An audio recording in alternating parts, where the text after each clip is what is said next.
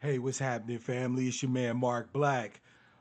Sorry about the impromptu broadcast this morning. I had planned and still plan to do a broadcast discussing the top three objections that Americans have been given for the payment of reparations to the American descendants of slavery. I will still do that broadcast.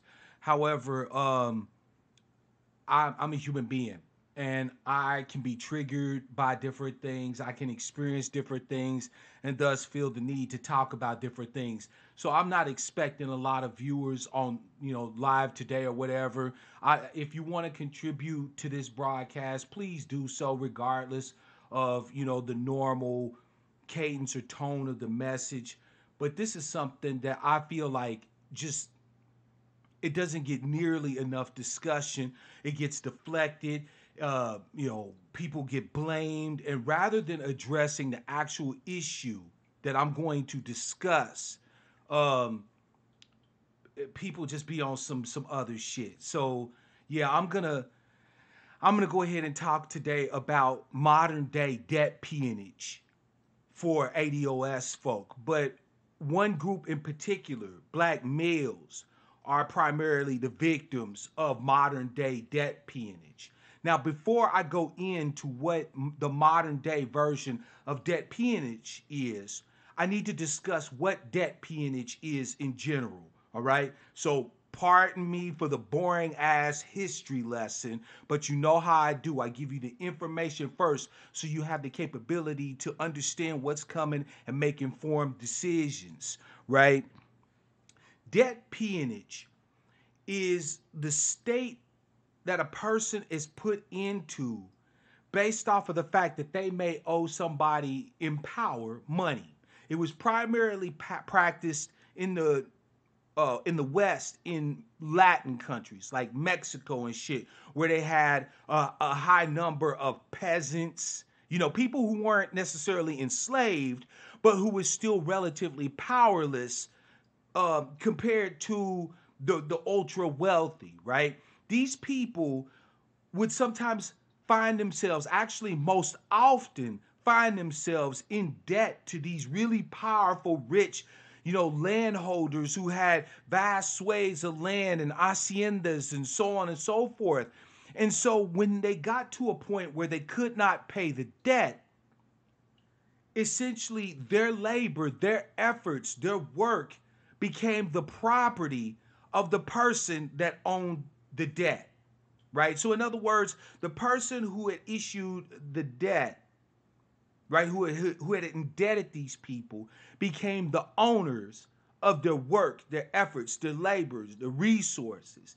It was soft slavery in everything but name, right? Essentially, under debt peonage, if you owed someone, they had the right to basically conscript your body, conscript your efforts, conscript your labor until the debt was satisfied. Now, we had a version of debt peonage here in the United States as ADOS people under sharecropping.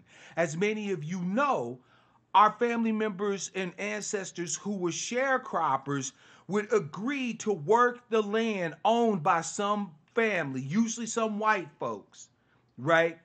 They would work the land, right, with whatever crop they was, growing, whether it was cotton, whether it was tomatoes, whatever the crop was, all right? And in return, they would receive a portion of the value of the crop. Now, that was the way the contract was supposed to go.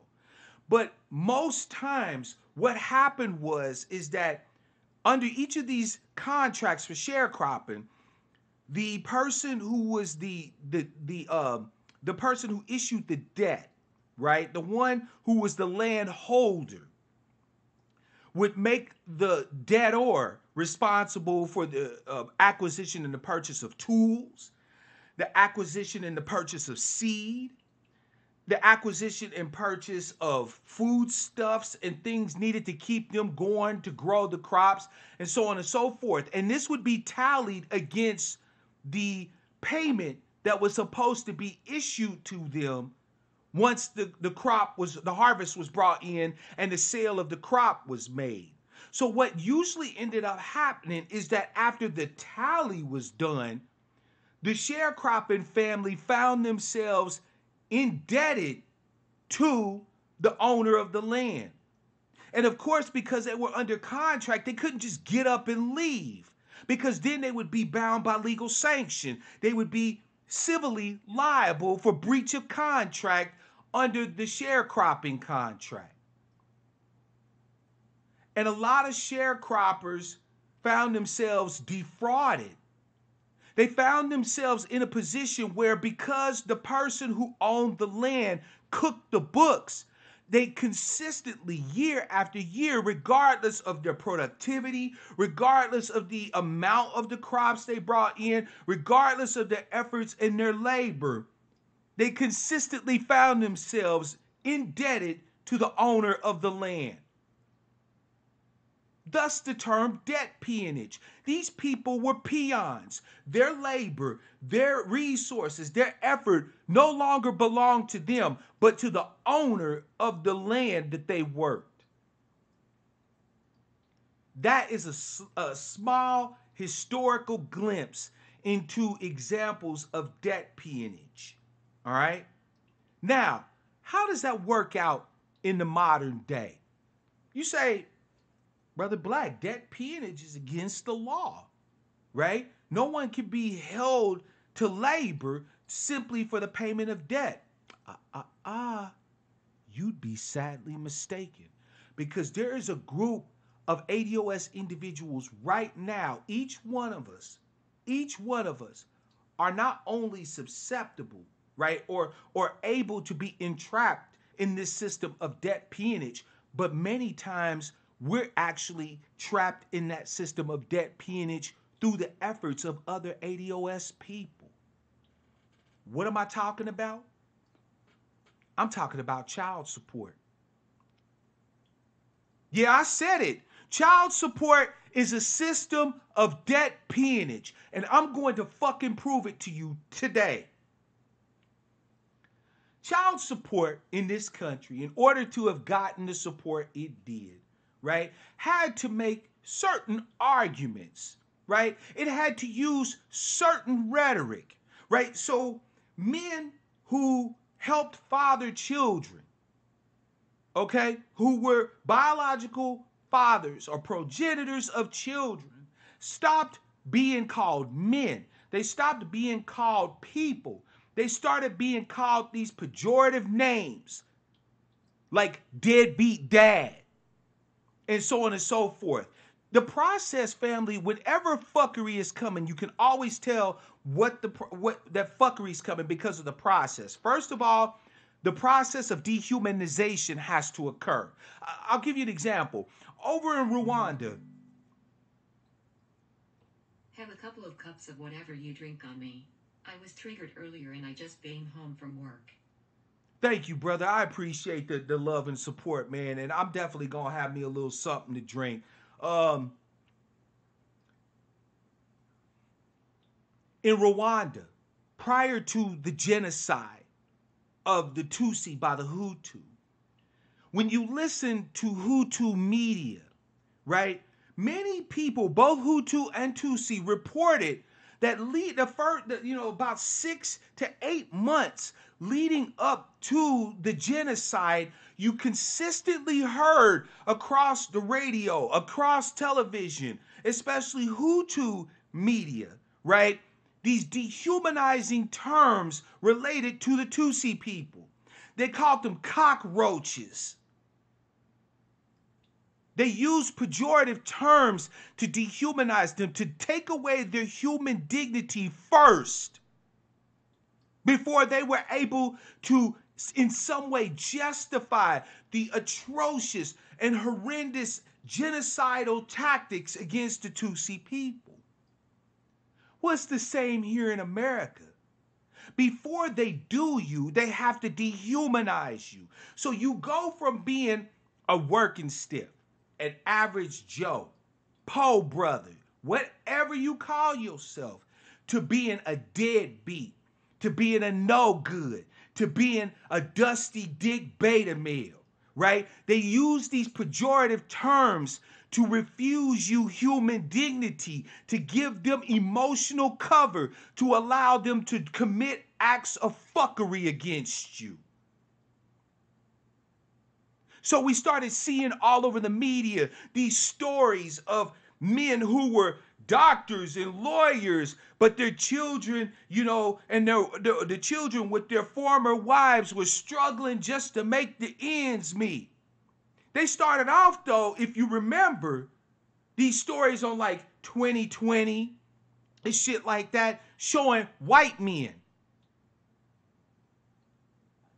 I don't imagine that any black people back in the day during discussions of child support and shit like that had any concept or clue that this was going to be one of the greatest weapons utilized against us as ADOS people, because the faces that they showed when they first started telling these stories was of really rich white men, multi-million-dollar net worth lawyers who found loopholes and tricks to not have to pay their ex-wife alimony and child support and so on and so forth, right? So they were able to slide it in under the auspices that here are these no good, lazy, lousy bastards who have the means to take care of the children, but the American people are being forced to take care of children through WIC, food stamps, AFDC at the time, because they won't pay their obligation.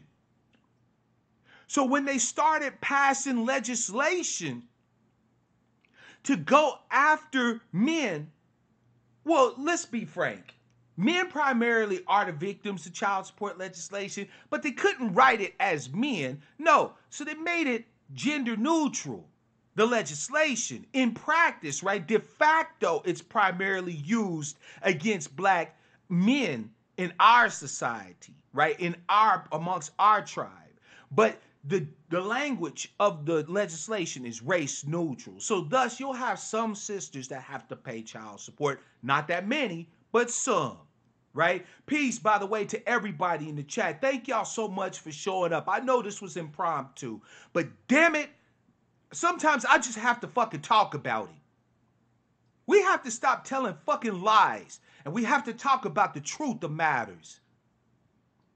When this legislation was pushed, it passed with overwhelming acclaim. Because first of all, unbeknownst to many of you ADOS folk, black women are far and away more politically active than we black men are. First of all, they outnumber us, right? I think the ratio for black women or ADOS women to ADOS men is like 57-43. And I might even be wrong on the numbers of that. It might actually be a greater disparity. In other words, black women outnumber us, black males, right? That's just fact. That's biological fact. That there's no pejorative in there. I'm not making any value judgment about it. It's just simple math. Because remember, the numbers don't give a fuck about your feelings. So sisters outnumber us. And this was an issue that was tailor-made to point right at the feels of sisters. Because how many of them would have children with us, and for whatever reason, we were unable to throw some support behind it? This is not to say that black men didn't want to support their kids. But what this means is that a lot of the time when the relationships ended, he simply, look, in our ethnic group, amongst our tribe, the one thing that you can count on to destroy any harmonious relationship amongst the ADOS man and an ADOS woman is money. It is the number one issue. Not infidelity, right? Not spousal abuse or intimate partner violence. Hell, intimate partner violence amongst ADOS people is bidirectional. Black women do it more often. Black males are more violent when they do it. It's bidirectional. It happens to us both, right? So that usually isn't busting up a so-called happy home. No, there is nothing that will break up an ADOS home faster than money issues. Nothing. So when these relationships come to an end, oftentimes what you find is there are financial constraints as ADOS males that may preclude immediate payment of support to children. Most times when the relationship comes to an end, there's a lot of circumstances and situations where he's been living under her roof, or to be more precise, she's owned or had control over the domicile under which he lives. So now the relationship ends. Well, guess what this means? This means that this brother essentially, unless he wants to sleep under an overpass, has to basically rebuild his life from the ground up. He has to acquire a domicile. He has to acquire transportation, which he often leaves with the woman that he left. Why? Because he understands he has children that need to get back and forth to school, that need to get back and forth to doctor's appointments. So he needs to acquire a domicile. He needs to acquire transportation. He also has to be able to take time off from work to transfer his mails and other stuff, just general business that's required when you move from one place to another one. That process for many ADOS men, and I'm speaking from fucking experience, that process may take as much as 6 months just to set the foundation for it. That's not the completion of having a domicile, a safe place to rest your head. It may take 6 months just to have everything in play. And then, oh, God forbid, you should go and apply for a place and your credit's not up to snuff. You may then have to spend months sleeping on your people's couch or at your mama house or whatever the case may be while you try to scrapple up first and last month's rent or work on your credit to be able to qualify for a place to live, a domicile. Right? But in the meantime, no support from you is forthcoming. Not yet made. I've applied for Super Chat. There are links though in the chat for Streamlabs. If you do Cash App, you can also contribute via Cash App. Or if you have PayPal, you can contribute directly via PayPal. And I appreciate the question. Thank you so much for that. The media, as soon as this legislation was passed, changed the face of the narrative it told around what constitutes deadbeat fathers.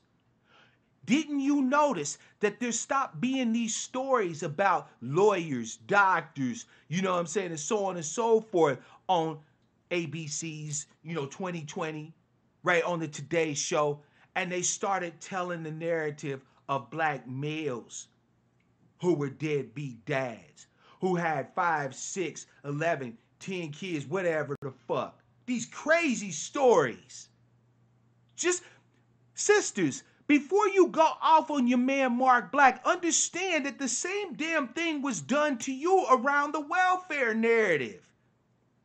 Prior to the mass ability of black folk to be able to receive welfare entitlements such as AFDC, food stamps, WIC, and so on and so forth, the face of a poor welfare using motherfucker with some dusty face, you know what I'm saying, hookworm having, three-tooth cousin fucking hillbilly, until you got access to it. Then they started changing up the narrative, sister. They stopped using this poor ass sundress wearing, no shoe having, you know what I'm saying, poor ass motherfucker from Kentucky as the face of poverty. And they started using you. Having stories of so-called welfare queens who have multiple addresses in multiple cities collecting $20, $30, $40, $50,000 a month in welfare and food stamps and shit. So the same damn thing they did to you to change the narrative around who it is that constitutes the largest welfare recipients in America was the same thing they did to us when they changed the narrative about who it was that was the goddamn deadbeat dad, the one who didn't give a shit, the one who laid up and had a whole bunch of kids and didn't want to care for a single one of them. They changed the narrative. They made it about the white people who was doing this shit as a matter of course. And they weaponized the narrative against us. They turned child support from a system which was designed to just ensure that children had the needs that they need, you know, had the resources to have their needs met without overburdening the state. Because remember, in America, we can't depend on government or expect government to do a goddamn thing for us. I mean, we pay these bastards in Congress $140,000 a year. We pay senators $170,000 a year. We pay the VP $300,000 a year. And we pay the president $450,000 a year. But we're not supposed to expect them to do a goddamn thing for us. We're just supposed to be out here scratching and scraping and making the ends meet without expecting government to do shit for us, right? That's the conservative narrative. That we're supposed to elect these bastards to government and then let them cut the jugular vein of the ox of government and then expect government to still fucking pull the plow. We're supposed to elect these bastards into government so they could get in there and take government like a baby and wrap it up in a blanket and then drown it in a bathtub of water. But I digress. They changed the narrative. The story stopped being these no good motherfuckers who had the means, right? Because that was an important part of this narrative. In order to institute the laws around child support, the important part of the narrative wasn't that people weren't paying. It was that people weren't paying that had the means, that had the capability to pay, to take care of their children, and just simply through malice or whatever the case may be, was choosing not to. That was the key part of the narrative that allowed us to accept this legislation as something that was valid. But once this legislation was in place, they then were able to weaponize it, to use it against people who may not have the means to be able to contribute or to pay. Look, we have so much hatred and implicit bias against ADOS people. When I say we, I mean Americans. That means ADOS people as well as non-ADOS people, that we believe the most foul narratives about our own goddamn selves. You and I all know for a true motherfucking fact that even if your mama and your daddy busted up, your mama was getting help from your daddy's mother, your grandma. She would come through and she would leave with some bread and a basket of food. That, by the way, constitutes an attempt to support the motherfucking children. He may be out there in the streets. He may be unemployed. He may even be homeless. But the family collectively together understood that he had kids. And that family of his would help to support the family of yours. Let's tell the motherfucking truth and shame the devil. How many motherfuckers out here got kids that can go to the members of their baby daddy's family and get resources, and do often? They get transportation. They get food from the family. They get money sometimes. Sure, is it up to the level of what your children deserve? No. Which is why we need to fight for remediation, restoration, and repair. Because we have spent all this time trying to use our own people in lieu of reparations. Let me explain a little bit to you what happens in the process of child support. I know, I pay child support. I'm under child support enforcement right now. So let me run it down to all of you motherfuckers who seem to be so damn clueless as to how it goes down. First thing that happens is they have to establish paternity if you're a male, okay? Because mama's baby, daddy's maybe, right? Now, back in the day, the establishment of paternity worked out in one of two ways. One, the mother named a father. Now, this was prior to the advent of DNA testing, right? The mother would just simply say, that nigga right there, that's my kid's daddy. And prior to the advent of DNA testing, that was it. She pointed the finger at you. Whether you was the biological father or not, you was responsible for the motherfucking kids. So then they filed an administrative order in civil court, in family court, right? Child support is under family court. Any of you who don't understand how family court operates in this system, in this society, you have no idea what a weapon it is. Family courts are beholden to no one. They have no rules they have to follow. They can decide and make dictates however the fuck they feel. If the judge didn't get some pussy from his wife that night before he went and sat in the bench, he can go in there and penalize every motherfucker he wants. And there is nobody to say boo. There's no appeals, right? So whatever decisions are made in family court, there's no appeals. If there was some improper shit that went on, you can't appeal that shit to the Court of Appeals. You're just stuck. So the court files an administrative order. Now they try what they say as a good faith effort to determine what your actual income is and base the amount of support you're supposed to pay off of that estimate, that imputation it's called legally. They impute income to you.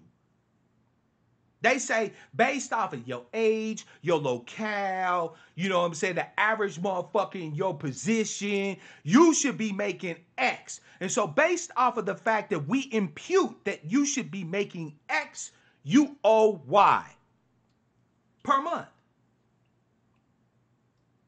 And that's how it goes down. By the way, child support and visitation or custody in family court are two separate issues. So for all you parents out there who are upset because the father of your child doesn't come and take them, doesn't come and see them, or whatever the case may be, I don't know why you upset. If you ain't upset enough to go and try to share custody with them or whatever, then you ain't that goddamn pissed off. Because that's a completely separate issue from child support. Because of that, you actually have brothers out here who are paying for children, who are paying to support children that they haven't seen in years. My baby boy, Chance Jacob Michael, also known as Bug, I haven't seen Bug in almost 2 years. And I can't afford to take his mother to court, but I pay child support faithfully. So I haven't seen my 11-year-old son since he was 9, but I pay faithfully. And the courts don't care that I ain't seen him. The courts haven't went and investigated her household and inquired as to why her and my son have not had any engagement with each other. They don't care. Now, let's say that after that imputation of income and the advent of the administrative order comes into play, I don't pay. Well, what happens the first few months? Nothing, right? They gonna let that shit rock up a bit. They can't just come and chase you down. They don't have the resources for that, right? So you don't pay for a few months, 3, 4, 5, 6 months. Nothing really happens. But let's say you don't continue, you continue to not pay. Either they haven't been able to get the money about you, or whatever the case may be, they can't find you, whatever the case may be. What then starts happening is that they start looking for your sources of income. Now, everybody who has a job has a social security number, right? Meaning that when you apply for the job, you give them your social. That's how they report that information to L&I, right? Labor and Industries here in Washington. But in your state, it's called something else. At any rate, everybody who's employed has records with an employment group or an employment agency in the state. So they go to the state and they say, this is the person, this is their social, where are they working? When they find out where you're working, they then, and all of this, by the way, is administrative. They don't even need a judge to sign off on this shit to do it. They issue an administrative order to garnish you. So you've been working for 2 weeks, double overtime, trying to scrapple up on some bread. You've been thinking about calling your kid mama so you can see your babies because you ain't seen them in like 8 months. Payday show up and your check is like $100. Because unbeknownst to you, they just issued an administrative order to garnish your shit for $850 a month.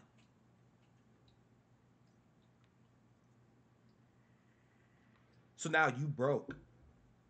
But rents do. The light bill do. You ain't got but dust in the refrigerator. What you supposed to do? If you think that that's the worst of how it goes, oh no. Oh no, no, no. It gets way worse than that. Because as you build up what's called an arrearage, right? Meaning you haven't paid and so you're indebted for child support. But you're not indebted to the person that deserves it, your children. No, you're indebted now to the state.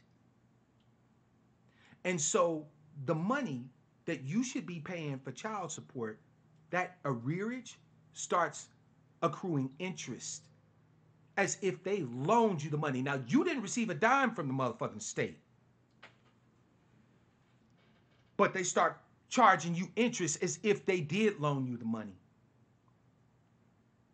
And if your former missus or your girlfriend or the chick, your kid's mama, whatever she is to you, I got at any point, any assistance, Section 8, WIC, welfare, food stamps, Medicaid, Medicare, whatever, she got any assistance, they bill that to you. Yes, you have to pay that back. They're not just going to give her shit. Oh, they'll cut her the checks. They'll make sure she gets the EBT card. But you got to pay every fucking penny of that back. So even if you've been paying, you could still end up in an arrearage that then collects interest.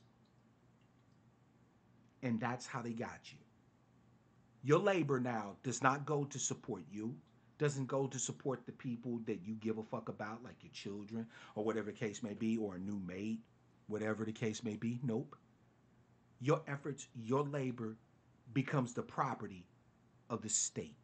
You, my brother, my sister, who in that case has to pay that, have just become a debt peon. And that happens today. The state owns your labor, owns your efforts, owns your resources. That is modern day debt peonage. It gets worse. Let's say that they lay off at your motherfucking job. And you know, as ADOS, we the last ones hired and the first ones fired. So, of course, your pink slip is right there along with the remnants of what constituted your check on Friday. And you unemployed now.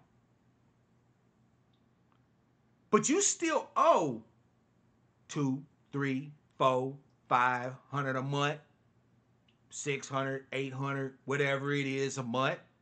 They ain't gonna stop that just simply because you ain't got no income coming in. No, you still owe it. Peace, Miss Kawami. You still owe that money. So now you about $5,000-$6,000 in arrears. Well, this triggers another set of effects. Another set of sanctions against you. At that point, they then file paperwork with the IRS, which allows the IRS then to take any refunds you might get as far as taxes to apply to the rearage on your child support. But that's not all. They also then file with the Secretary of State for the revocation of your passport. So you, a citizen of the United States, are not able to leave the confines of the United States. And long before that, they've already administratively revoked your driver's license. Oh, and if you're a professional, don't think you escape. Let's say that you went to med school, you're a doctor, right? Maybe a GP, maybe internal medicine, maybe you a motherfucking podiatrist, I don't know, right? If you have a professional license, because you have to be licensed to be a nurse, to be a doctor, to be a lawyer, to be all these other things. You have to have a license from the state. Fuck that. Let's say you went to hair school, brother. You've been wanting to do hair. So you a cosmetologist or an esthetician or nail tech or a barber. Your license is snatched from you. They take away your professional licenses too. So let me get this straight. You're in arrears because you obviously don't have the income to be able to pay the debt that not only, it's not even a matter of just paying what you owe. They keep tacking on the interest on top of that, so you're paying more than what you owe. So you already don't have the means to pay what it is you owe. The actual debt plus the interest, right? Plus the VIG. You feel me? Let me talk nigga to us for a minute. You know what I'm saying? You ain't got the motherfucking money to pay what you owe plus the VIG. So then they take away your capability to be able to safely and legally drive to employment. They take away your ability to be able to work in the field of employment in which you've already probably, in most cases, spent thousands of dollars training for. And even if you're one of these magical Negroes that hit the motherfucking lottery and get offered a job overseas that would be enough to pay for every goddamn debt you got plus, you can't even take the job because you can't travel out of the goddamn country to go do the work.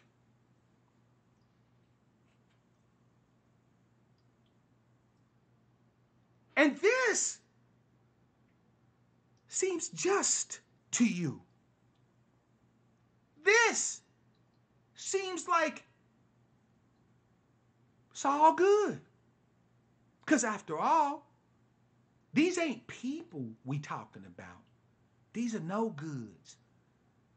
These are motherfucking pokies. These are dusty dick niggas who will smash anything raw and lay up in it and just father kid after kid after kid and do nothing. These are deadbeats. Scum of the hood. These are cockroaches, the bane of ADOS existence, the best, and the only thing they deserve other than to pay up is a short drop and a sudden stop. You have no dignity. You have no place you can stand, because the first time you complain about it, you end up hearing a cacophony of motherfuckers coming at you telling you how worthless you are, how lousy you are, what a piece of shit you are, how you made your decision, the only decision you have a right to make, ADOS man, by unzipping your damn pants. That's what you get told. So you have no complaints, no place to stand to complain, no place for advocacy against an obvious injustice to you. No recourse, no redress, no sympathy, no compassion, no nothing. You are a slave of this state, and you will be until some miracle occurs and you're able to get out from under it, or you're dead. Because even at the age of 18, you still might be responsible for paying child support. Oh, yeah.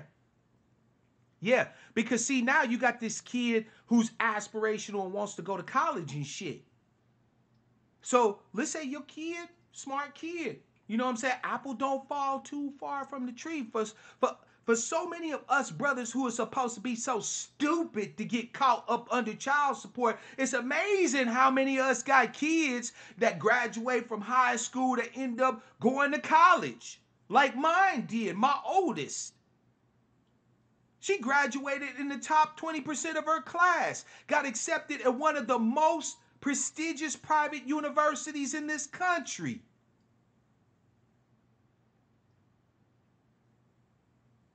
And thus, I was responsible for child support even when she was going to college.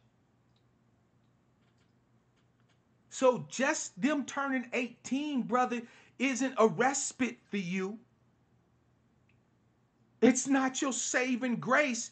You're not looking at a light at the end of the tunnel, a countdown where you can say, oh, okay, well, as fucked up as this shit might be, I'm sitting here eating table scraps off of my people's table, you know what I'm saying, sleeping on my mama couch. At least when they turn 18, this shit can come to an end.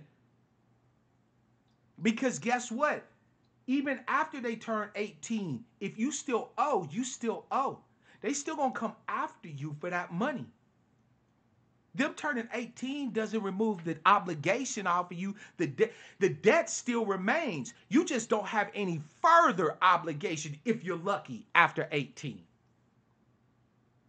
But whatever you owe, whether it's 10,000, 20,000, 100,000, 200,000, you gonna pay that. And you gonna pay that even if it means you're paying up until the day you die. That's fucking debt peonage. That's taking your and my labor, our efforts, our resources out of our hands and putting it into the hands of the state.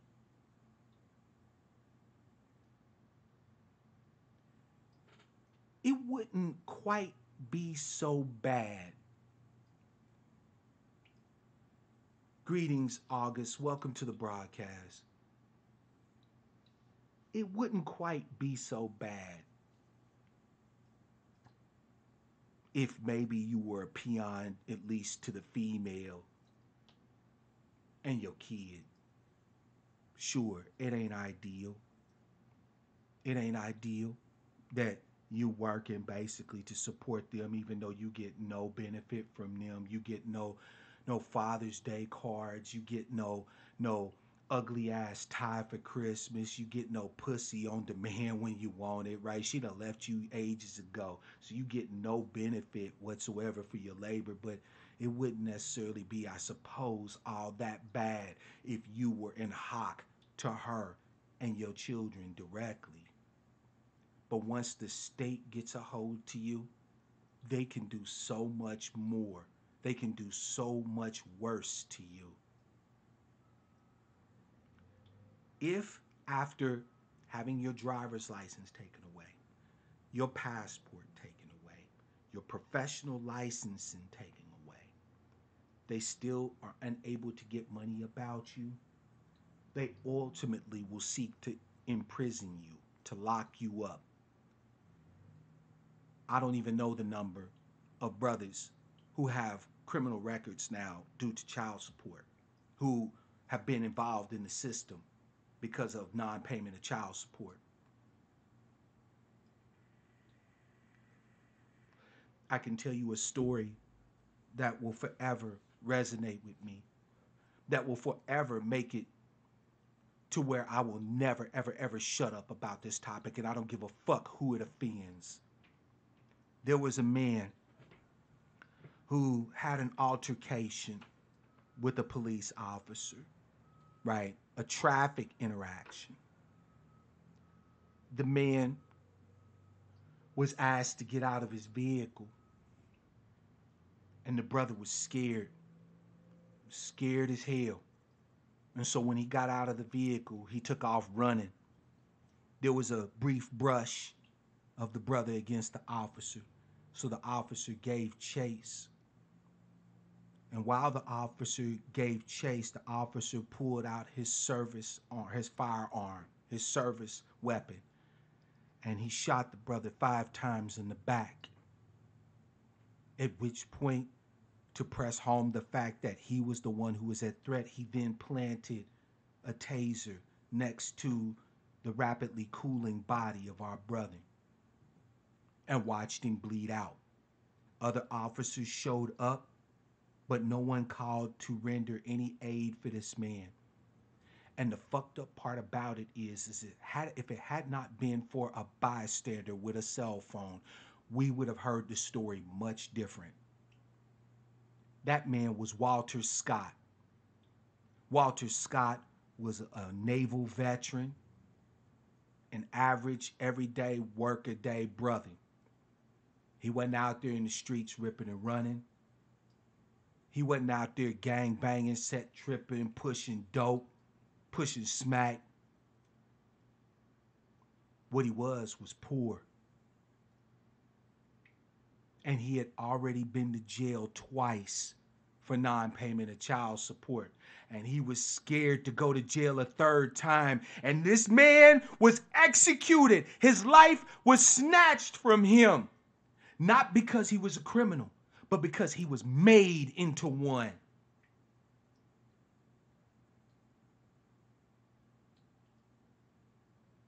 This man's children no longer have a father because he was so afraid to face imprisonment one more again for something he apparently couldn't do anything about, that he had a moment in time where he ran from a police officer, and this police officer just wasn't having it. You have your brothers, your tribesmen out here dying because they can't give you money. Dying because they can't pay you. Dying. Do you understand what the fuck I'm saying to you? They're out here bleeding and dying. I've lost count of how many brothers I've heard and I've talked to and seen their stories who are sleeping under overpasses, working day labor, making minimum wage, and every single penny except what they can spare to try to take the bus somewhere or to try to save up for a sleeping bag goes to pay the state.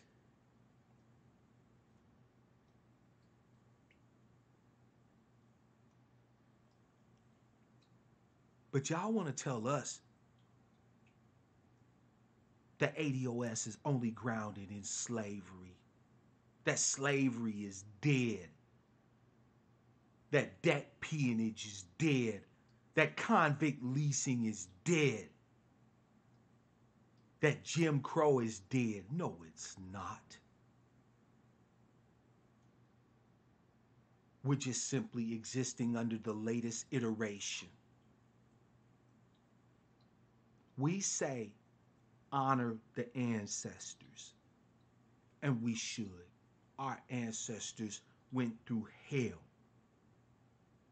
the worst crucible designed to break down human life that one could come up with.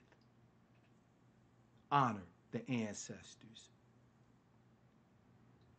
But how about you start to honor you and I? Honor August. Honor Show Nuff. Honor my brother BK Hammer. Honor Double C's. Honor Jay Adams. Honor Miss Kawami. Honor your people who are alive today. You got all these motherfucking issues that you're willing to fight for, that you're willing to get out and protest for. Because Black Lives Matter, right?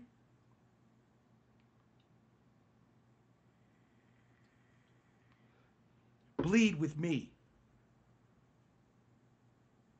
Bleed with me so that I can be able to have a place that when I'm able, I can take care of my kids.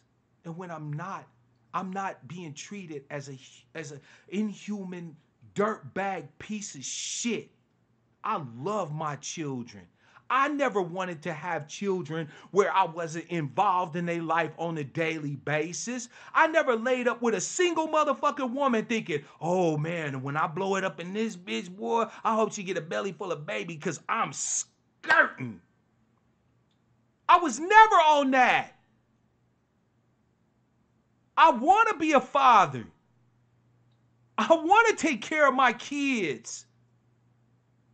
I'm not a dusty ass dirtbag, deadbeat, no good piece of shit. My name is Mark Black. I'm a human being. And I don't deserve to die simply so somebody can get a motherfucking check. I don't deserve to have every single minute of every day, every effort I make to be snatched from me just on the whims of some bitch.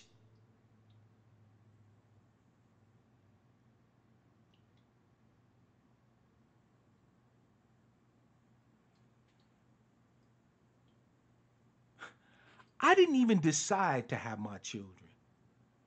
You can say whatever the fuck you like about what you laid up with it. You know what? Of course I did. Telling human beings not to fuck is telling human beings not to eat. It's a biological imperative. Yes, we have some degree of control over it, but it doesn't make us monsters because we indulge in something we have a natural imperative to do. But I've got two ways, just two, of ensuring that no children are fruits of my loins. Just two. I've got not fucking, which is, I'm not gonna lie, it's an option, right? It's one I probably should have exercised. Let's just keep it a buck. I'll own that. I should have kept my dick in my damn drawers. So not fucking, abstinence is definitely an option. Or to get snipped, to have a vasectomy, which I ultimately chose to do after the birth of my second and my youngest. That's it. Those are my two options to ensure that nobody can claim to have any seed from me.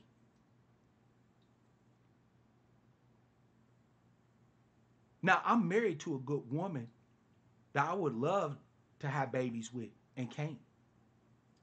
Ain't that a bitch?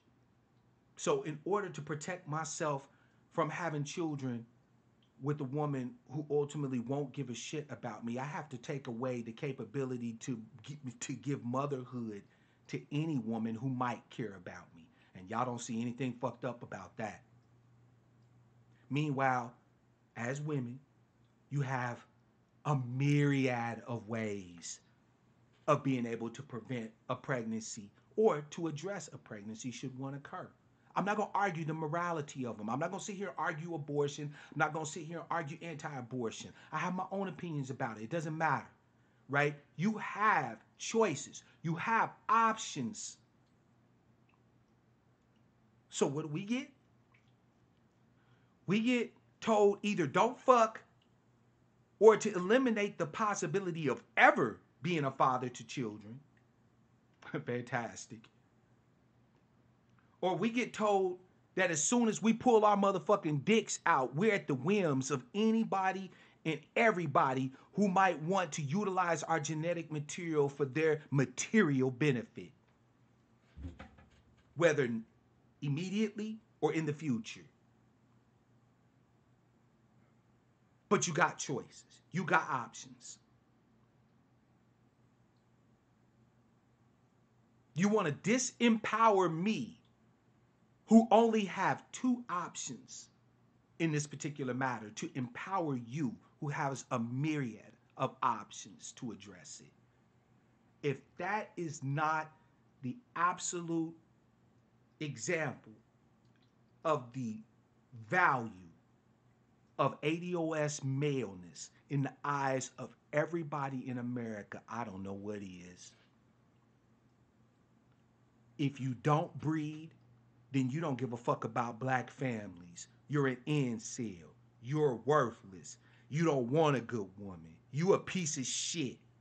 Right? So if you don't knock some female up with a belly full of baby, you're nigh on fucking useless. You a gigolo, a playboy. All you want to do is smash and dash. So you damned if you don't be a father. But in many cases, you're damned if you do. So you're damned if you do and you're damned if you don't. Ain't no winning for ADOS males when it comes to this modern day debt peonage. Only degrees of losing. Maybe you were the child, the offspring of a father who couldn't afford to take care of you. So the narrative you got from everybody around you is that your dad hated you. He was a piece of shit. He abused and left your mother all alone to take care of you all by herself. He ain't worth you even wasting your time over. That's what you get told. You don't get told that your daddy loved you and loved your mother, but once upon a time they fell out and the shit didn't work out. You don't get told that your daddy was the son of a motherfucking sharecropper who got ran up out of the South by the motherfucking KKK to live in the ghettos and slums of motherfucking Chicago. Right? You don't get told the truth about your heritage, the truth about your lineage. What you get is a bunch of fucking bullshit ass self-serving narratives that go to make everybody around you look good except the one motherfucker who's not there to defend himself. That's what you get. ADOS children get shafted. We the only people in this country that argues that feeding, clothing, and sheltering children is something that we give them as a gift. That is not a responsibility, not our sacred honor and duty to do it. No, they should feel grateful that we putting food in their mouth and clothes on their back and a roof over their head. How the fuck you gonna talk to me like that? I feed you. You supposed to feed them motherfuckers.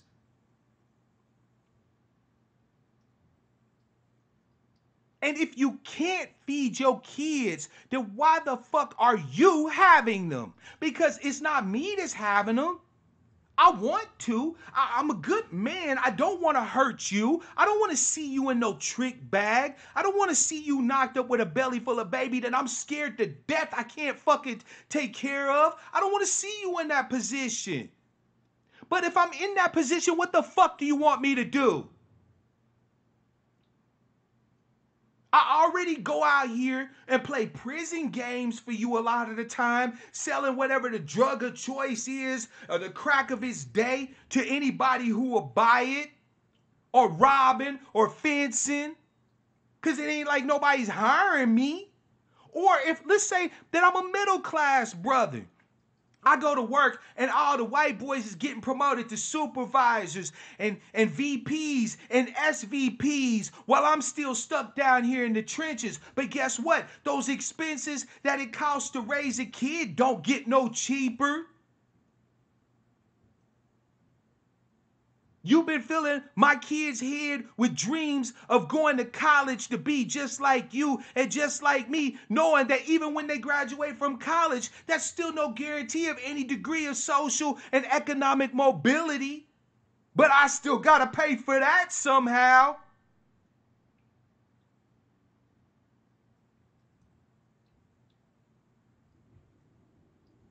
It's debt peonage. I'm enslaved not only to the motherfucking state, but to everybody else.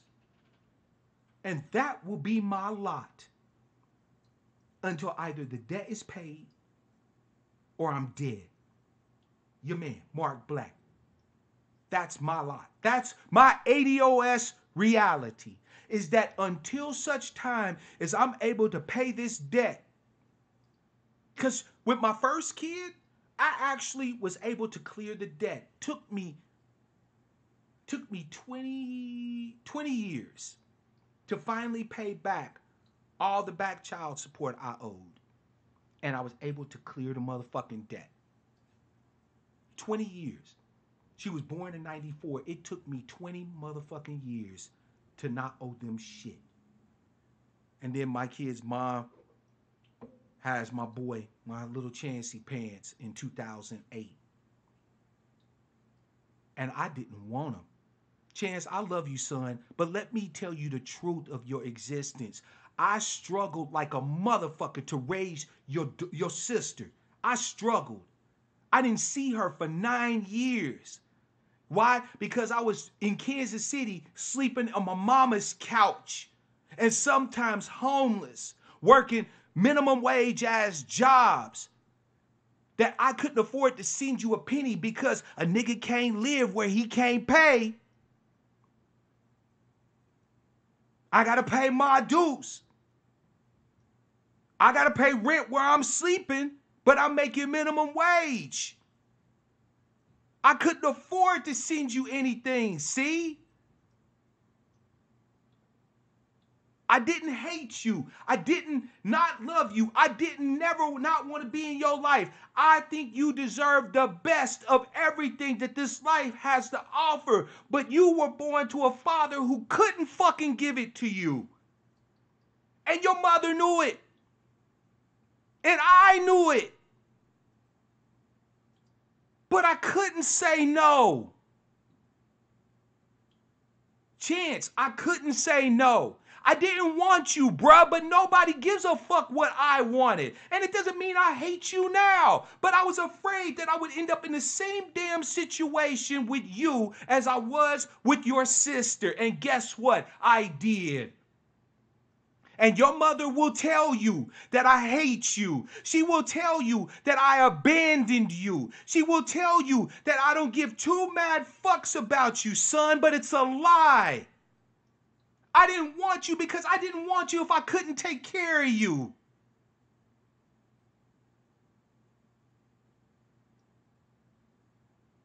And that's the truth. Your father loves you. I wanted to be the father to a son who could look at his father with pride, with respect, with dignity, with a desire to emulate the best aspects. When you were made, son, I wanted to make sure that you were my immortality. I still want that, no matter how I struggle to do what I'm supposed to do for you. I still want you to esteem me, young brother, my son and my brother. I still want you to look at me with kind eyes, not with rancor, not with hatred. I didn't choose this for you. I would have never chosen this for you. I would have never chosen this for you.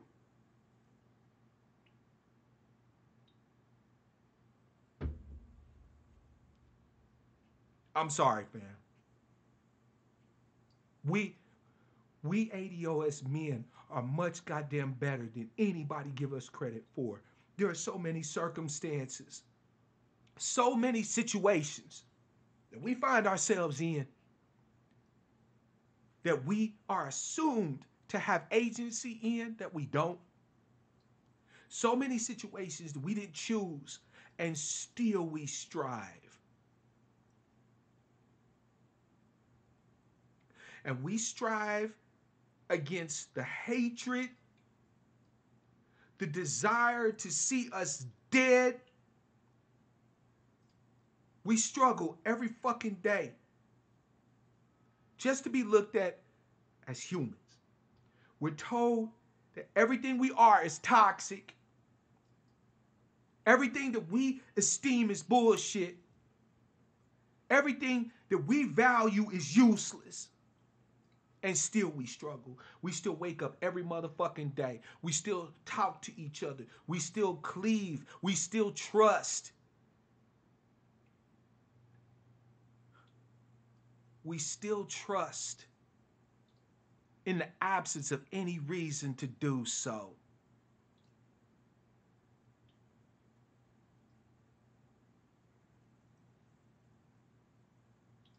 The debt peonage is real. You got brothers who are locked up in prison as criminals who are enslaved. But you have brothers out here on the streets that are just as much slaves as any dude behind the walls. We just get a choice of what plantation we want to slave on.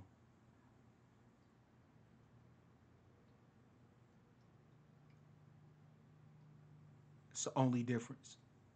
We just get to choose what plantation, what master we want to slave for. What overseer, I should say, we want to work under. We all slaving for the same master, the state. They say that reparations is an attempt to address injustices that occurred so long ago. I argue, ADOS brother and sister, that we still live under injustices today, the newest iterations of the same fuckery that our ancestors lived under. You don't want to fight for the American descendants of slavery because you think we harping on this slave shit? Fine, don't fight for them. Fight for me. What the fuck did I do? What the fuck did I do that was so bad that I should end up like Walter Scott, shot in the back 5 times because I'm running from the polls and I'm scared to go to jail again because I couldn't pay a debt? Because I couldn't pay the motherfucking money plus the VIG? Because the chick I was with who liked me at one point in time, as long as I was doing whatever the fuck she wanted me to do, when I decided I wanted to change, when I decided to actually care enough about myself to choose somebody of quality in my life or whatever the case may be, decided that if I couldn't have her, I shouldn't have nothing.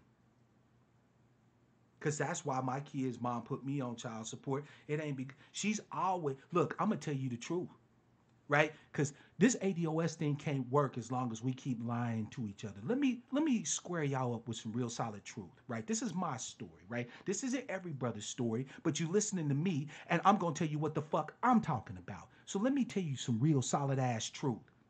There has never been a time since I've known my kid's mom, ever, where she made less money than me.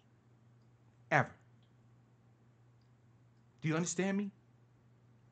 From the moment I met her, I was 18 years old and in the Army, a private E1.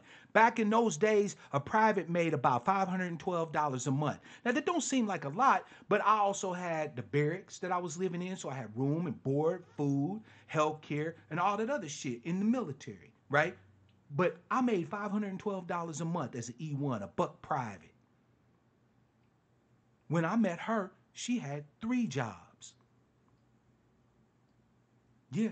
So the bitch made more money than me. When I got out of the Army, my first job was working at Radio Shack, making minimum wage, which was in that day $4.25 an hour. She had more money than me even then. She get pregnant. She quit working. She reduced all her jobs down to 1. And that job was as a babysitter. She stopped making money as soon as she got pregnant. Even though she knew I wasn't balling like that. She knew I didn't have it like that to be able to take care of her, a kid, and myself off of what I was making. She didn't give a fuck. She didn't give a fuck. Because she got options, you see? She got choices.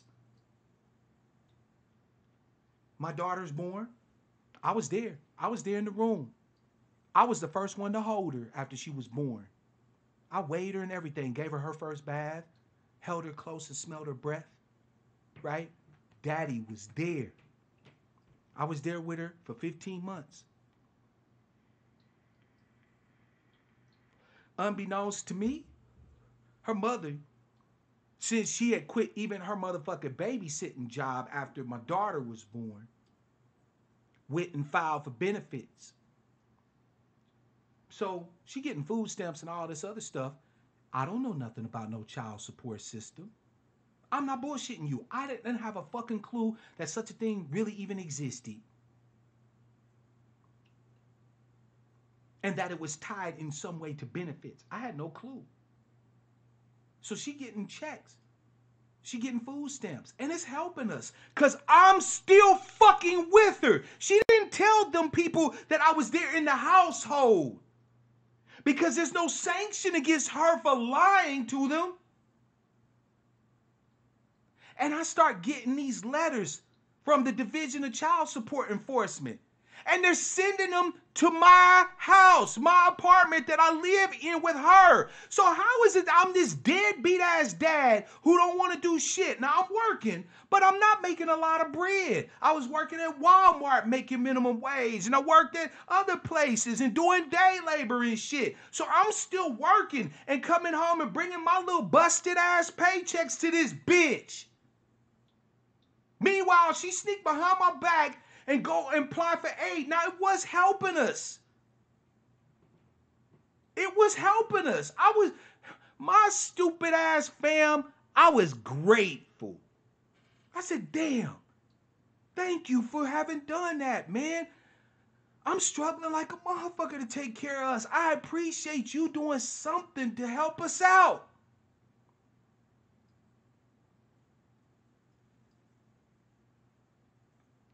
We get into an altercation because I was young and dumb. I had hit her.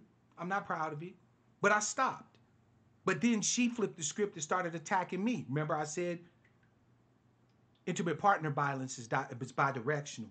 She started attacking me and hitting me and shit because I wouldn't hit her back, right? So one day she get into an argument with me. She punches me in the face, scratches me up. I still got the scars on my arms and shit to prove. And then she called the motherfucking police. Police show up. They take her ass to jail for domestic violence. That's how bad she fucked me up. I got blood all on my shit. She had punched me in the nose, so she had a ring on. The ring I gave her, right? So much for wanting to be a deadbeat, not stick it out, not work it out, not try to be there for my kids. not try to be there for my seeds, not try to be this stand-up ass guy. I tried to wife this evil bitch. They took her ass to jail. So now I'm here with a kid, and I got to go to work the next day. So I asked a neighbor of mine to watch my kid for me. Her folks show up and snatch my kid away from the babysitter while I'm gone. So I come home, my kid gone, her mama in jail, and shit fucked up. So then I went and said, look, I'm tired of this shit. I just want to order a protection against this motherfucker, right? You know, a restraining order, right? I want to break off all ties. I just want to be a daddy to my motherfucking kid, and I'm tired of the drama and the fuckery with this bitch. I go down to the court clerks to put in a request for an order of protection, right? A restraining order. It's nothing but women down there. I'm the only dude in the whole place. Finally, my turn comes to sit in front of the court clerk, who is a female. And she says, Mr. Gillespie, can I help you? Gillespie, my government name. Mr. Gillespie, can I help you? Yeah, I'm here to file a restraining order against my girlfriend. You know what this motherfucker did? She laughed at me. This woman attacked me, scarred me for life, fucked me up.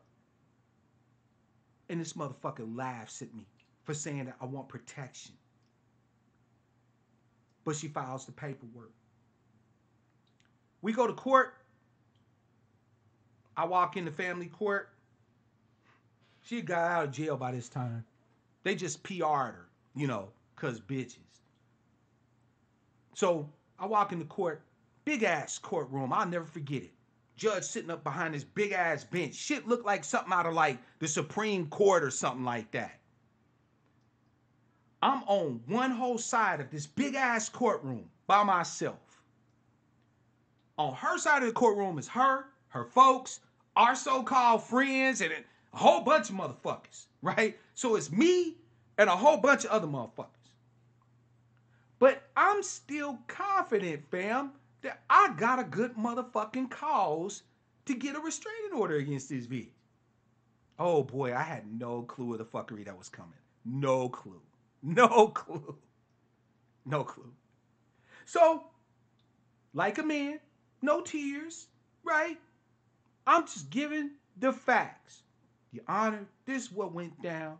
This one went down. This how this shit been going. I just want to be done. I want to have my kid because I love my baby. I ain't been without her. You know what I'm saying? I can't see myself living without my seed. So I want my baby and I want to go. I want this shit to be done with. I'm in the place. I'm in the apartment. So I want her ass to leave us the fuck alone. Us. Because I'm in there fighting for my seed too. Right? So she gets up in front of the judge and turns on the waterworks and blah, blah, blah, yada, yada, yada. I don't think I need to go into all the details, but it basically made me look like I was scum of the earth and so on and so forth, you dig? Okay, cool. So, time for the judge to issue the ruling. And I'm excited.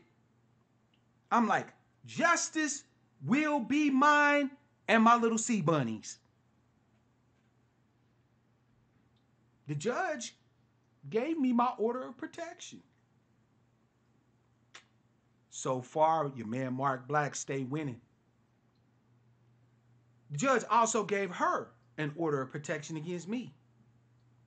Okay, I sought out the order of protection because I don't want to go around this bitch. So this is okay. This is cool so far. Like I don't go around her. She don't come around me.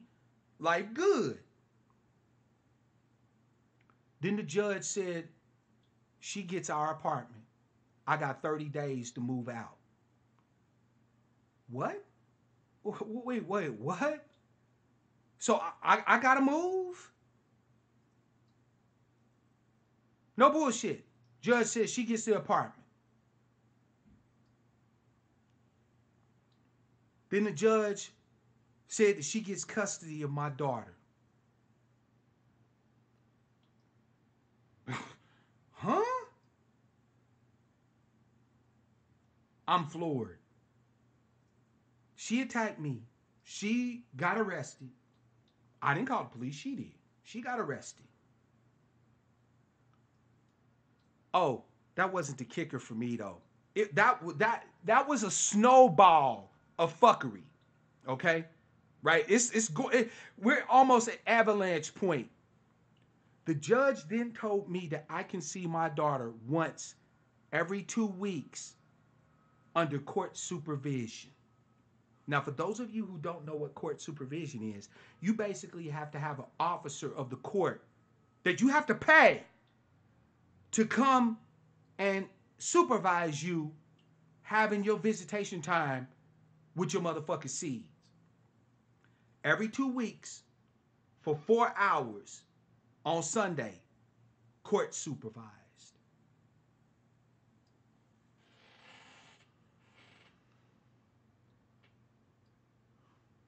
And I just, for a second, I sat there, right?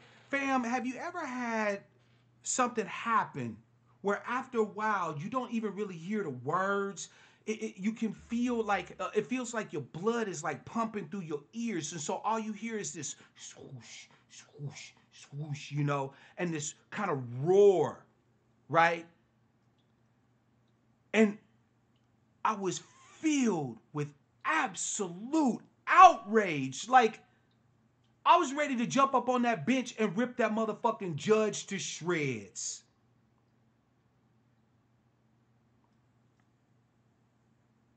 So I sat there and I told the judge, I said, since my daughter drew her first breath, since she was conceived, I have been with her. And now you tell me that the only time I can see her is for 4 hours every 2 weeks with one of your motherfucking lackeys there. I said, my mother did not give birth to any dogs. And you don't throw me no motherfucking bones.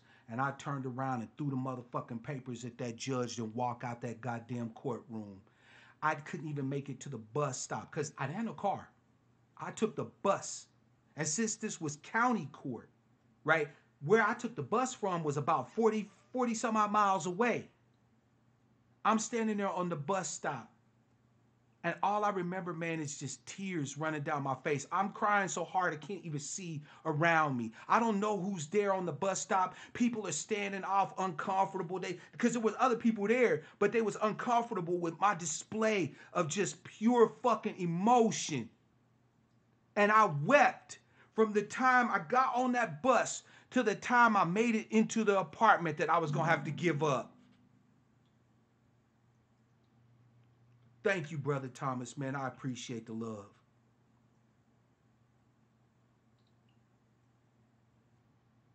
That's ADOS life right there in a motherfucking nutshell. ADOS male life. I did everything the right way. I tried to wife her. I was there for the conception, for the motherfucking doctor's appointments, for the ultrasound. I was there in the room when she gave birth, helped her with her Lamaze breathing, put on lip gloss so her lips wouldn't get chapped, gave her ice chips. The only thing I didn't do was catch the motherfucking baby. I worked my ass off as best I could to pay for an apartment, for lights, for food, for everything. For everything for this kid. This kid that I adored.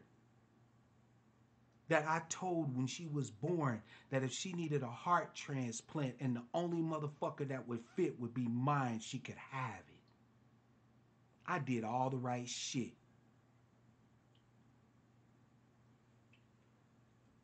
And got all the wrong shit given back to me. Got turned into a slave of the state. Oh, I got so many stories, family, that it would make the hair on the back of your neck stand up. I remember I was working at a hotel. This was a fairly good job. It wasn't minimum wage. It was like a dollar or two over minimum wage. We're working in a reservations department, right? Living with my mama. Sleeping on my mama's couch. Because that was all I could afford. I couldn't afford to get no place. But with this new job, I was thinking, okay, so maybe I could stack up some bread. There's a place around the way that's like $325 a month. Now, it ain't the greatest place, but it'll be mine. I might be able to get me a spot. I worked there for a few weeks, 3, 4 weeks, a month. Shit is looking good. I'm getting checks. I'm able to break my mom's off bread, not just for rent, but for food. Like, I'm thinking I'm balling the fuck out of control at this point. Then one day, payday show up, and my check is $104. $104. Okay, now y'all niggas, so y'all know where I'm coming from when I tell you what I did first. First, I counted up my hours. I'm like, okay, I worked this hours and these hours, right? And I was here on this time, right? So I started doing the math, you dig? Because at first I was like, $104, this is obviously a motherfucking mistake, you dig? Right? So I'm doing the math. I'm calculating my hours out. Yeah, I know y'all fucking feel me. I know y'all feel me, right? Obviously, somebody's math is the fuck off. Okay? Right? So I'm calculating shit up. Okay, right? So based off of this number of hours, that's my gross. You know what I'm saying? I know Sam takes his cut of about X, right? So my check should be looking like at least $400, right? Because that's what I need to go and pay my mother's rent. She didn't have no money coming in at that point. So that month, I was supposed to pay the rent for everybody. And I can't fucking call it. So I go to HR and I say to him, what the fuck is this? Like, what the fuck is this? This is not a motherfucking paycheck. I don't know what the fuck this is, but y'all need to fix it. Calm down, Mr. Gillespie. Calm down my ass. Weight broke down the bridge. Explain to me why my shit show. I've been here loyal, faithful, working 8, 9 hours a day, every motherfucking day. Where's my bread? She opens up the drawer and slides a piece of paper across the motherfucking table. Now, mind you, at this point, I only got the one kid. One. My little sea bunny. Right? Division of Child Support Enforcement in Washington State had sent the motherfucking garnishment order to Missouri, where I'm from KC, right? Telling them to hold $750 a month out my shit. $750 a month for one kid. That wouldn't be so bad. Except that after taxes and all of that shit, at this job I was working, I only made $1,000 a month.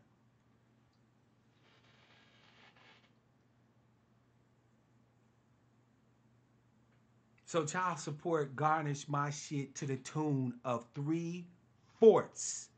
3/4. 75% of my income per month. And now I got a problem. I can't go home and I don't have the rent money. I can't walk up in my mama house talking about mama. I don't know what happened here. I don't know what's going on. But we're gonna have to do something because I can't. I can't pay the $400 that you need me to pay for the rent. I thought I was gonna have it. I can't go in my mama house with no motherfucking excuses because a nigga can't stay where he don't pay.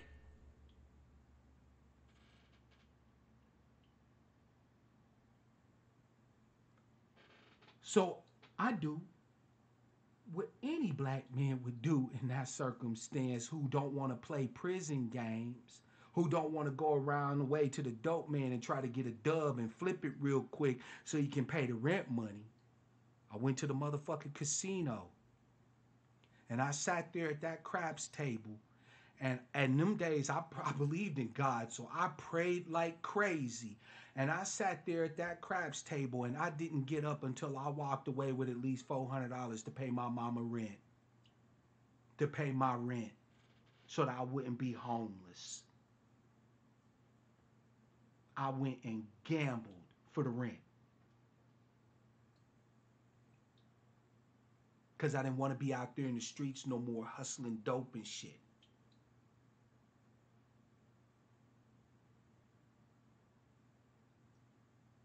I came back to Washington State in 2004.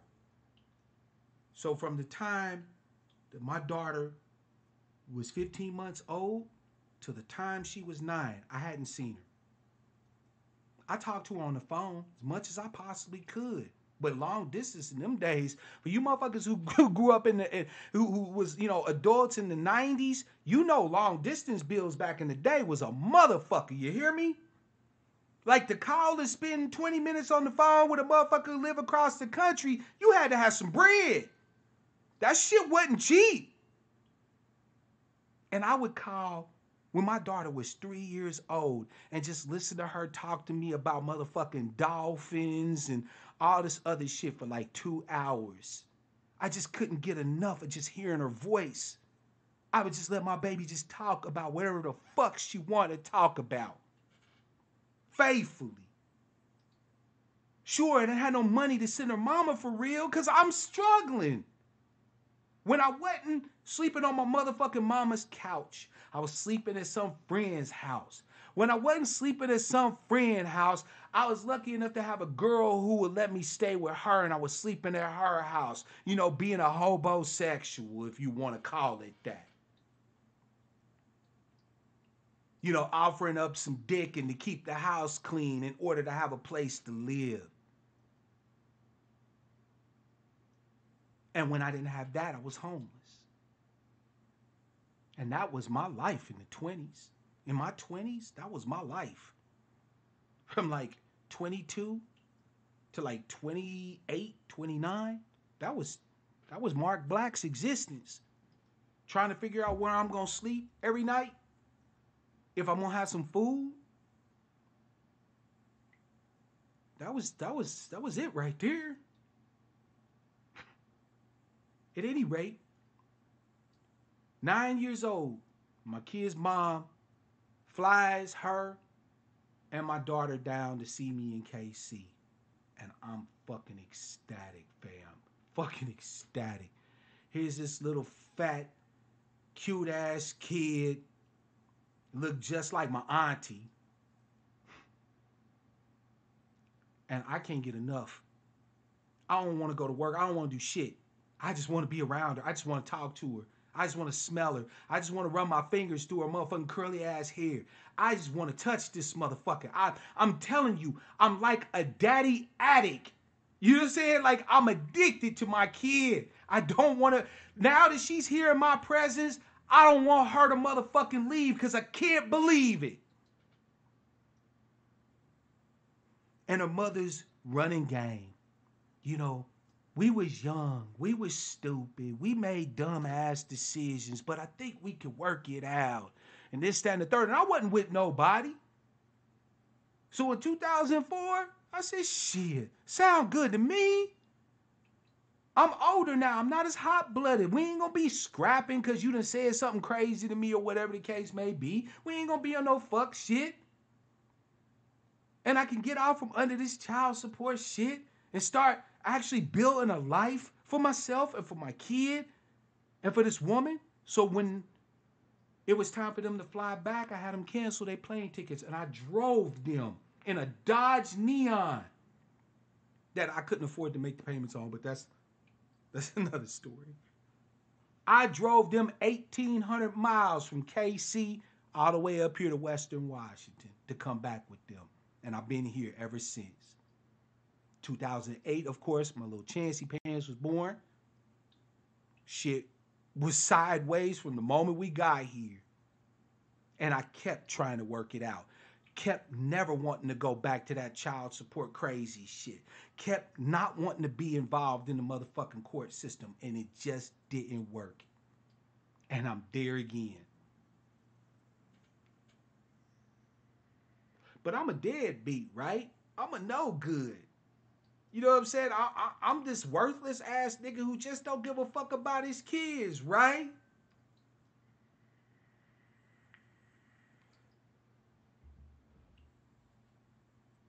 Family, I'm gonna finish this up because this was impromptu and I really appreciate y'all taking the time today to listen, to hear the reality of many of your families experience, many of your tribes people's experience.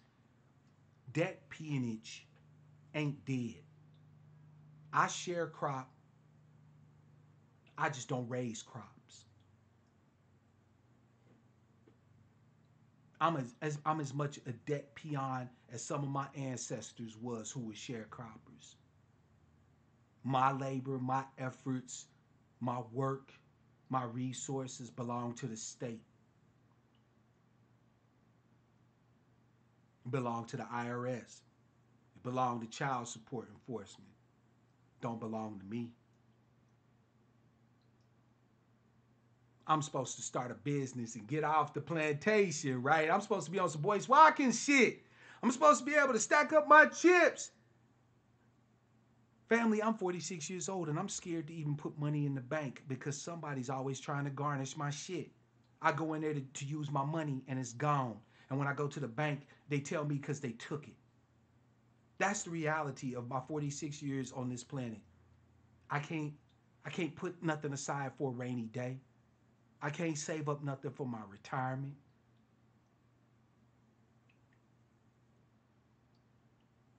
I can't put something aside to get something nice I want. If I didn't have my wife, I'll be honest with you, I'd probably be homeless at 46 years old.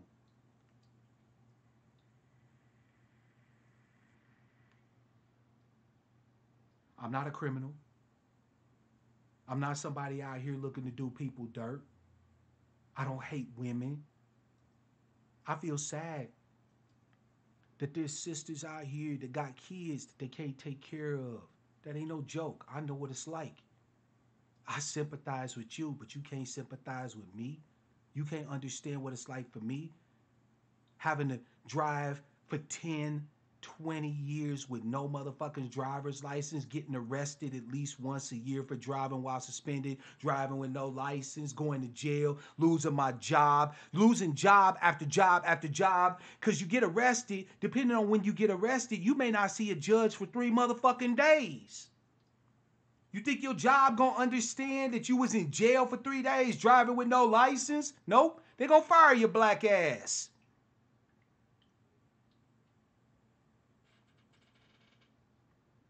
Every step I take to try to do things the right way only work to enslave me and and further entrap me. My story. Do you know what the fucked up part about my story is, fam? The real fucked up part about my story is that my story ain't even unique. It's not no one off. My 46 years on this planet, in this country, as an ADOS male, that shit is not even, my story is not even interesting to most of you because it's nothing new. It's the reality of so many motherfucking brothers that you could write a book about it and wouldn't even sell. You could do a movie about it and nobody would go see it.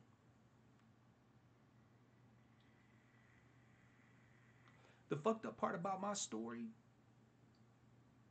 and Eric's story isn't that it happens to us. Nobody gives a fuck that it happens to us. That's not the fucked up part.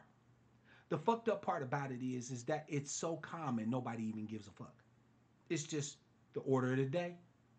It's the status quo. I want to decriminalize debt.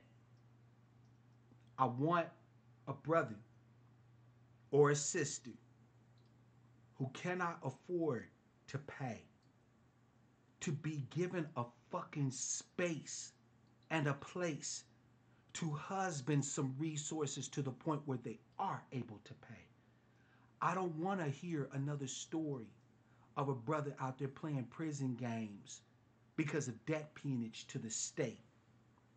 I don't want to talk to another brother who sleeps under freeway overpasses in the alleyways doing day labor while paying child support.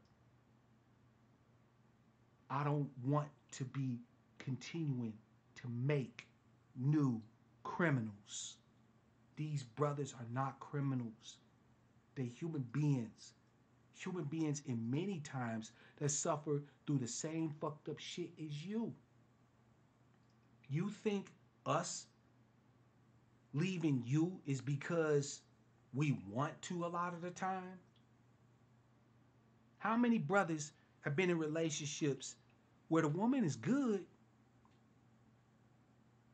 but you done been abused and used and browbeaten and cast out and dogged on and tripped on and stomped on so many motherfucking times that you can't trust it? So you find a way to sabotage you. But because nobody gives a fuck about the mental health of black men in this country, he just gets assigned agency. See, a brother who's been traumatized, who's been abused, who's been walked on, who's suffering from PTSD, from major depression, from motherfucking borderline personality disorder, and so on and so forth. Nobody's looking to diagnose him because he himself embodies a living pathology.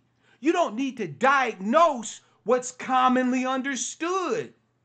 See, nobody's looking to diagnose your brothers who have been punished, who have been traumatized, who have been tortured, who have been abused, who have been robbed, who have been defrauded, who have been stolen from.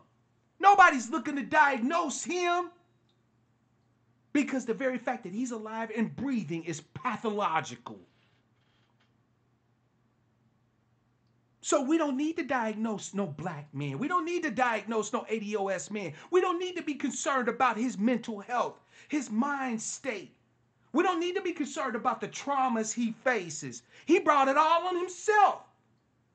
Because that nigga was no good from the moment his ass drew breath. He was born not shit. Let 90% of your mamas tell it. Nigga, you was born and you wasn't shit from the moment you was born. And the only reason why you wasn't shit is because the motherfucker she laid up to make sure she had you, she didn't think was shit.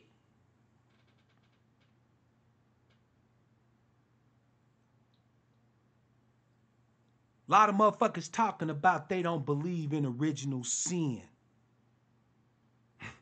ADOS man, you are the bearer of the original sin. The original sin of ADOS maleness, of being born as a pathology.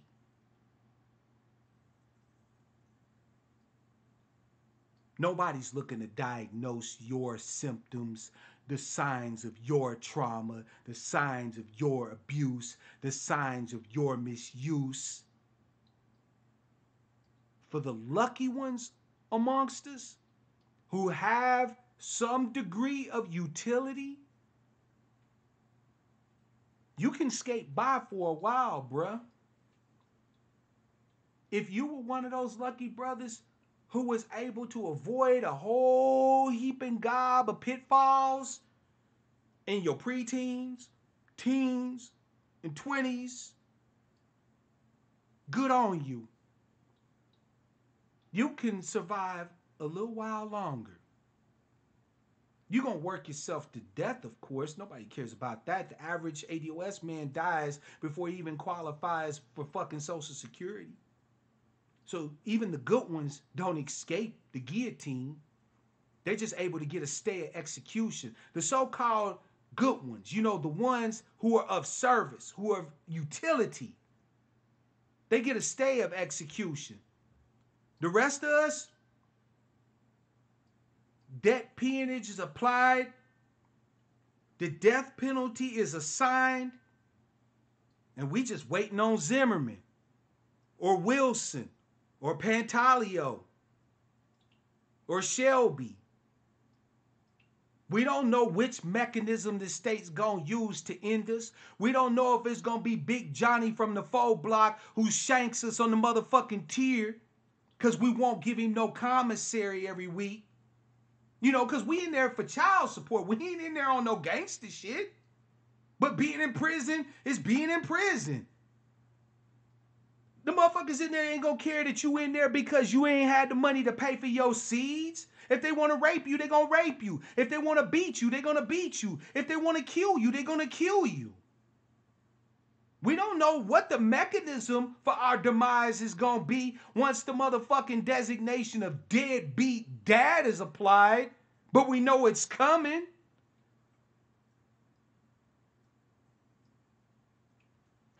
In the concentration camps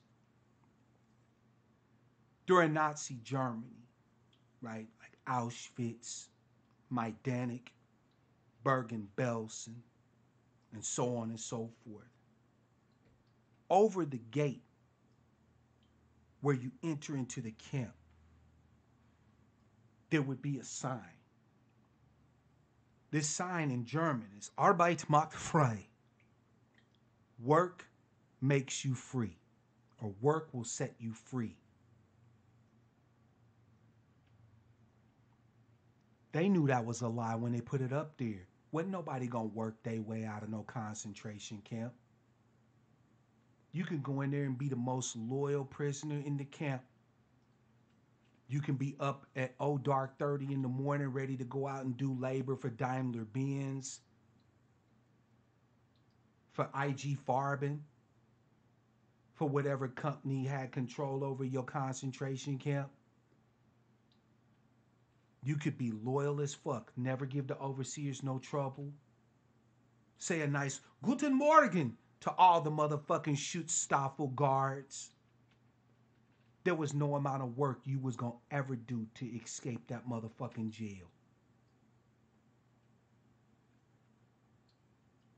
And unfortunately, when it comes to debt peonage here in the United States for the ADOS male primarily, but for ADOS people in general, there's no amount of motherfucking work you gonna do for the most part that's gonna help you escape this motherfucking camp either. You gonna have to fight. You gonna have to revolt. You gonna have to be the runaway, the fugitive.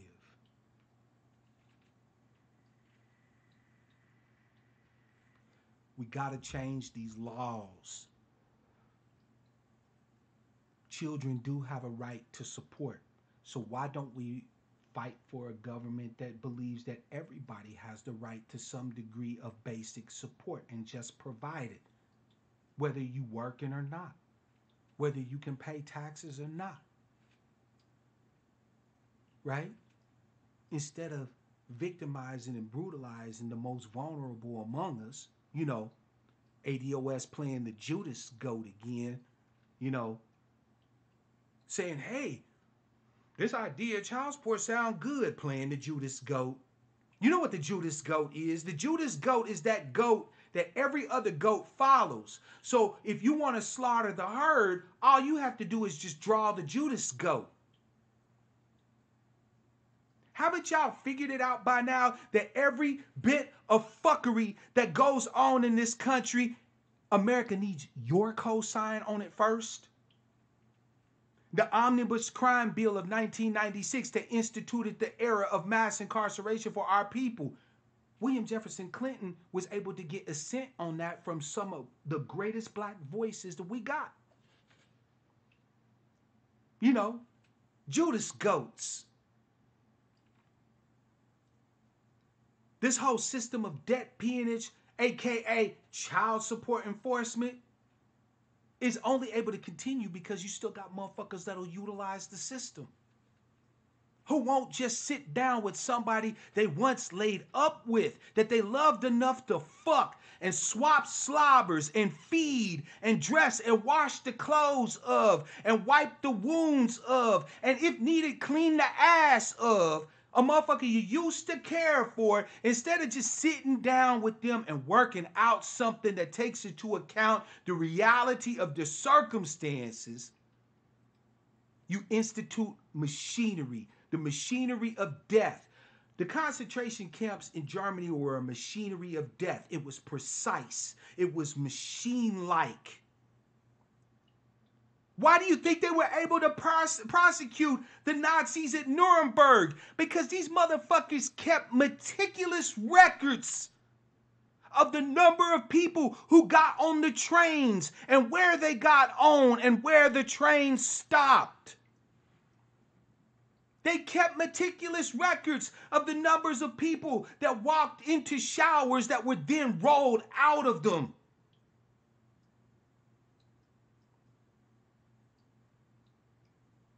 This debt peonage system, just like the concentration camps, has meticulous records of the fuckery it commits on you and yours every single fucking day. They know down to the goddamn penny.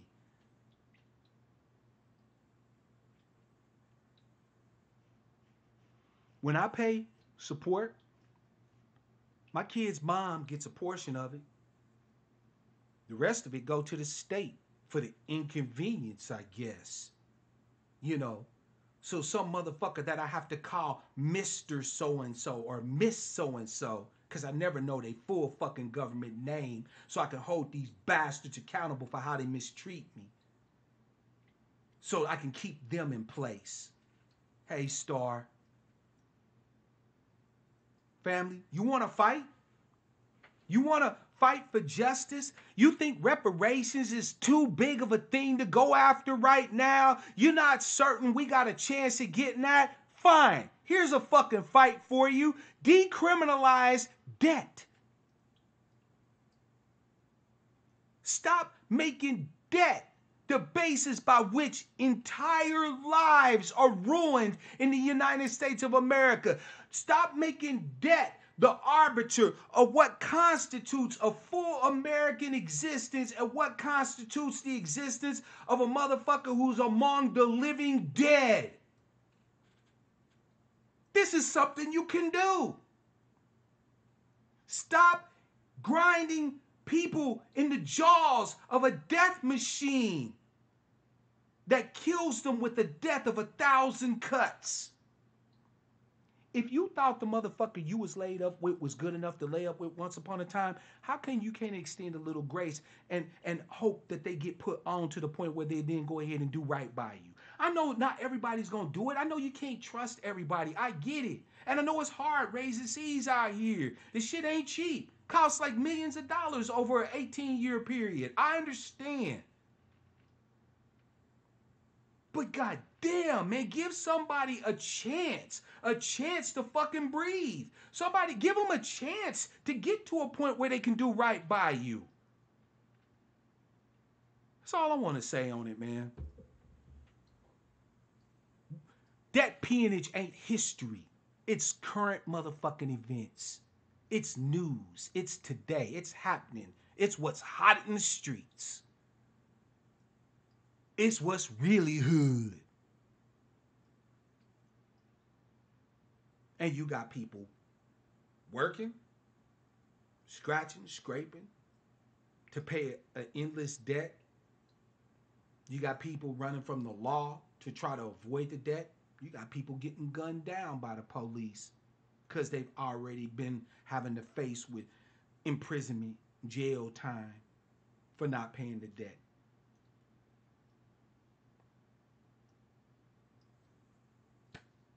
Debtor's prison. That's supposed to be unconstitutional. It's supposed to be illegal. But the Judas goat signed on with debtor's prison with resounding applause. And brothers like myself are just grist for the meal.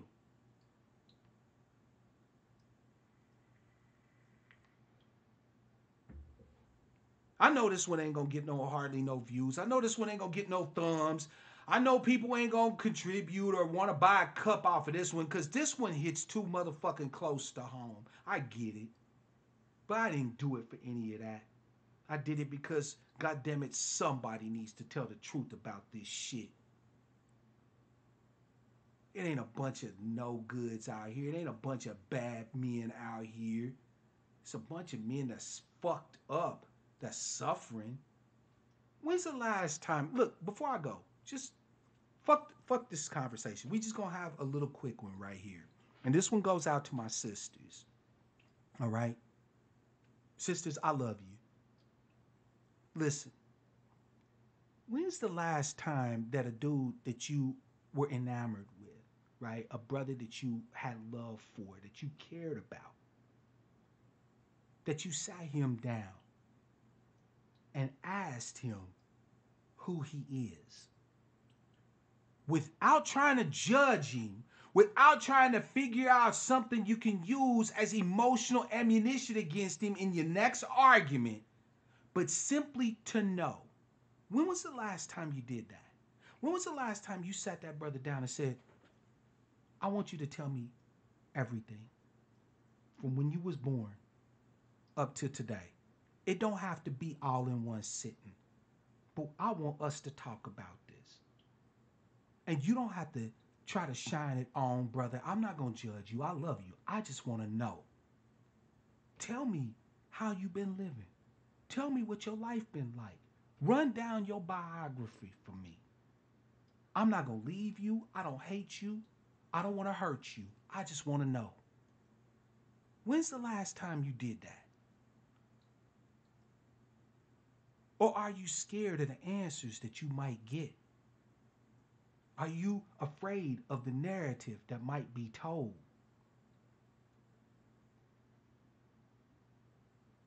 Are you worried that you might actually look at him with empathy and compassion? Are you scared that you won't have anything else you can one up on him?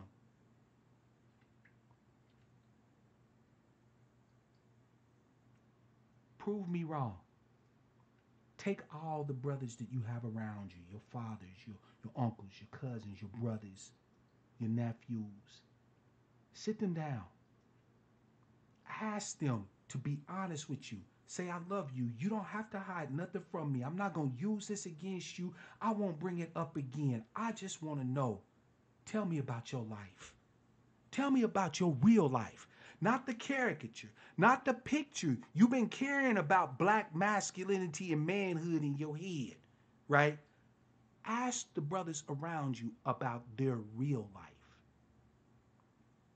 And listen, don't be afraid. They may say some shit that seem hurtful to you. That's okay. Suck it up. Listen to them. And then once you got that information, start interacting with them based on reality, not the picture you've been carrying around in your head of these monstrous two ball having, dick waving ass toxic bastards that everybody try to tell you we are. You might actually be surprised. You might fall deeper in love with the men around you when you realize what they thought process was on something that you thought was fuckery, but they was actually on some self-sacrifice type shit, and you never even knew because you assumed you understood what their motivation was rather than ask them what their motivation was. Just try it on for size and see how it fit. You ain't got nothing to lose but your illusions, but falsehood. It's your man, Mark Black, family.